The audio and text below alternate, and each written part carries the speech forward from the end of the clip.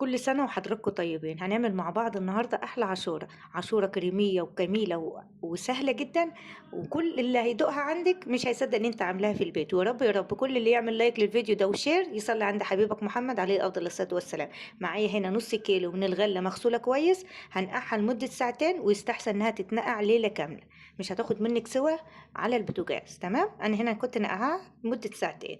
هاخدها بقى اغسلها واصفيها كويس تحت الحنفية واحطها في الحلة اللي انا هسويها فيها. هنا بعد ما غسلتها نزلت عليها باتنين لتر من المية واحطها على النار لما تستوى معانا. شايفين كده هتبدأ بقى تفشر كده معانا، احنا ده المطلوب. هسيبها كمان نص ساعة بعد ما اطفي عليها النار، تشرب المية اللي فيها دي كمان وتفشر اكتر واكتر. تمام، دي بقى النتيجة اللي احنا هنوصل لها. بعد ما استوت كده سبتها نص ساعة. بعد بقى النص ساعة كده شايفين كده فشرت وشربت المية كلها ونفشت او زادت اكتر. هنزل عليها باتنين لتر حليب. تمام، هنزل عليها بمعلقتين كبار من كريم شانتيه الخام، ممكن نستبدلهم بمعلقتين كبار من القشطة وش اللبن. تمام، لو متوفرين عندي. هنزل عليهم بالسكر، طبعا السكر ده على حسب الرغبة.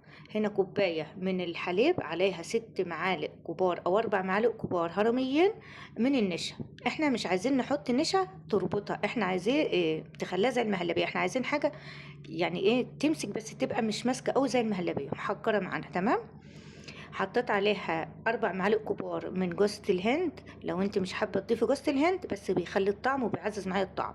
وحطيت نقطتين قصنص حليب بيعلي التيست جامد جدا. هحط بقى الخليط كله على البوتاجاز. اول ما يبدأ يغلي معايا كده هنزل بخليط النشا سرسوب كده، وابدأ اقلب لحد ما النشا بتاعتنا تاخد الخليط بتاعي يستوى وياخد غلوتين كده والنشا تستوى. تمام، احنا عايزين النشا بتاعتنا تستوى معانا على النار. افضل اقلب كده لما ياخد غلوتين ويبدا يعمل فقاقيع كده او يبقلل كده، هدفع على النار وابدا بقى اغرفها واقدمها في البولات بتاعتي. تمام، طبعا هنغرفها بقى. لو انت مش حابه تعملي كل الكميه دي او النص كيلو كله، اعملي نص الكميه. انا عامله كميه كبيره عشان طبعا احنا عيله كبيره، فعشان تقضي ونوزع للحبايب كده وللجيران. بتبقى عاده يعني ان احنا نوزع للجيران وبتبقى فرحه كده بيوم عاشوراء. كل سنه وحضراتكم طيبين.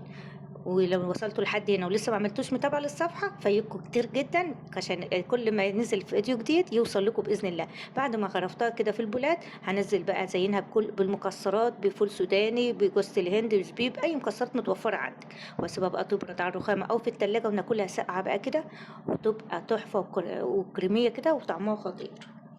تمام، مفيش بقى. تسلم ايدك يا مرمر، وصفتنا النهارده تستاهل كم من 10. متنسوش تكتبوا لي في التعليقات تسلم ايدك يا مرمر، وصفتنا النهارده تستاهل كم من 10. ومنساش نصلي على النبي في التعليقات عشان نكسب سوا انا وانتم.